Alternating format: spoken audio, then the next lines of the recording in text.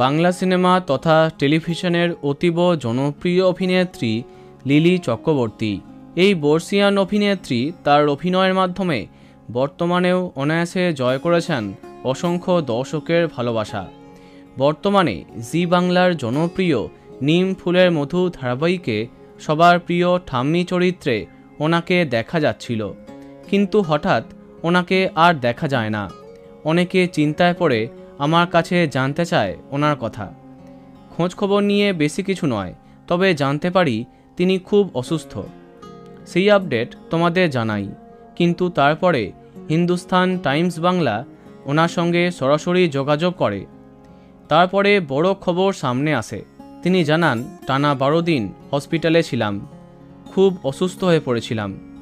আমার high blood sugar আছে, সিওপিডির সমস্যা আছে, অনেক আগে থেকেই ওনার ফুসফুসের সমস্যা, এমনটাই জানান তিনি। ওনার কাছে যখন জানতে চাওয়া হয় কবে তিনি কামব্যাক করছেন নিম ফুলের মধুর গল্পে, তিনি জানান, হ্যাঁ আমি খুব শীঘ্রই ফিরব, তবে সেটা পরের সপ্তাহে। তার কারণ ওখানে এখন আবির খেলা চলছে, তাই আমায় ডাকছে না, কারণ আমার শ্বাসকষ্টের সমস্যা।